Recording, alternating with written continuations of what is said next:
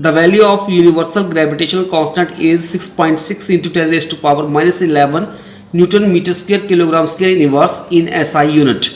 Find its value in CGS system of unit.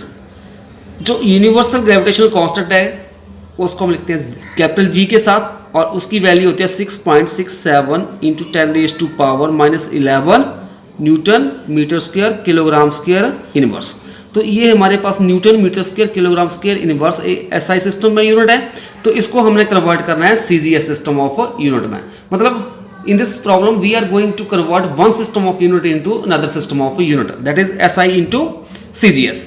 जब भी आप एक सिस्टम ऑफ यूनिट को अनदर सिस्टम ऑफ यूनिट में कन्वर्ट करते हैं तो उसके लिए हम बेसिकली 3 स्टेप्स फॉलो करते हैं. फर्स्ट स्टेप में क्या करेंगे, जो ये फिजिकल क्वांटिटी गिवन है ग्रेविटेशनल कांस्टेंट, इसके लिए डायमेंशन फार्मूला लिखेंगे.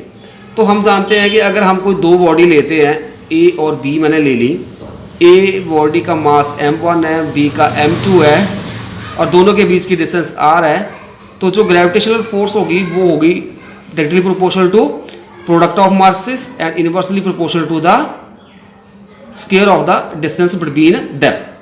तो F is equal to G m1 m2 over r square होता है. G ग्रेविटेशनल कांस्टेंट होता है, इसको थोड़ा रीअरेंज कर देते हैं. तो G is equal to F r square over m1 m2. तो इसके लिए डायमेंशन फार्मूला बन जाएगा. फोर्स के लिए होता है ml t-2 और r जो डिस्टेंस है ये आ जाएगा लेंथ का केस, तो l स्क्वायर ओवर मास का हो जाएगा m मल्टीप्लाई m, क्या बन जाएगा ये m स्क्वायर. अब यहाँ पे इसके साथ ये स्क्वायर कैंसिल, तो m को ऊपर ले जाएंगे तो m इनवर्स l, यहाँ पे base are same, power added 1 + 2 3 t-2. तो यह आ जाएगा डायमेंशनल फार्मूला. सो जो ग्रेविटेशनल कांस्टेंट है उसके लिए डायमेंशनल फार्मूला हो गया हमारे पास m inverse l cube t-2. अब हम इसको कंपेयर करेंगे m raise to power a, l raise to power b, t raise to power c.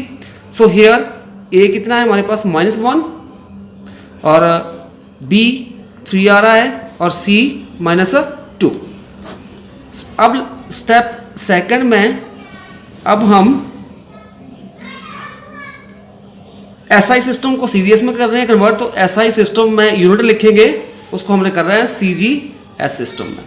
तो यहाँ पे पहले m1 जो मास के यूनिट होता है SI सिस्टम में किलोग्राम, तो यहाँ आ जाएगा 1 kg.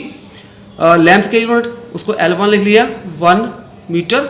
टाइम के T1 ये सेकंड होते हैं और N1 कितना दिया है हमारे पास यहाँ पे 6.67 into 10 raise to power -11.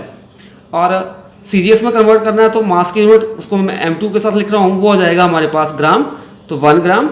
Length के L2 ले रहा हूँ तो यहाँ पे आ जाएगा 1 सेंटीमीटर और टाइम के 1 सेकंड.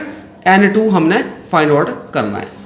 सो अब स्टेप थर्ड में हम फार्मूला यूज़ करेंगे, वो होता है हमारे पास N2 is equal to N1 m1 over m2 raise to power a, L1 over L2 raise to power b, T1 over T2 raise to power c. अब N1 की वैल्यू हमारे पास है 6.67 into 10 raise to power -11. m1 हमारे पास है 1 kg और m2 है 1 g raise to power a कितना है हमारे पास, दिस इज -1. अब L1 हमारे पास है 1 मीटर और L2 है 1 सेंटीमीटर और रेज टू पावर हो जाएगा हमारे पास B कितना है 3. फिर टाइम का 1 सेकंड ओवर 1 सेकंड और यहाँ पे आ जाएगा पावर -2.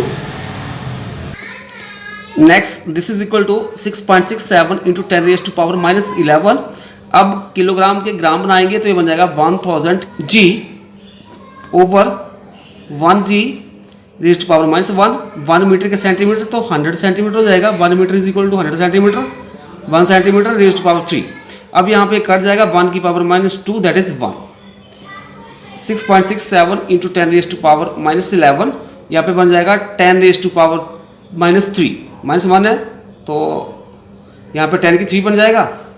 यहाँ पे आएगा 10 की 3 रेज टू पावर -1, तो पावर मल्टीप्लाई हो जाता है 10 की -3 आ जाएगा.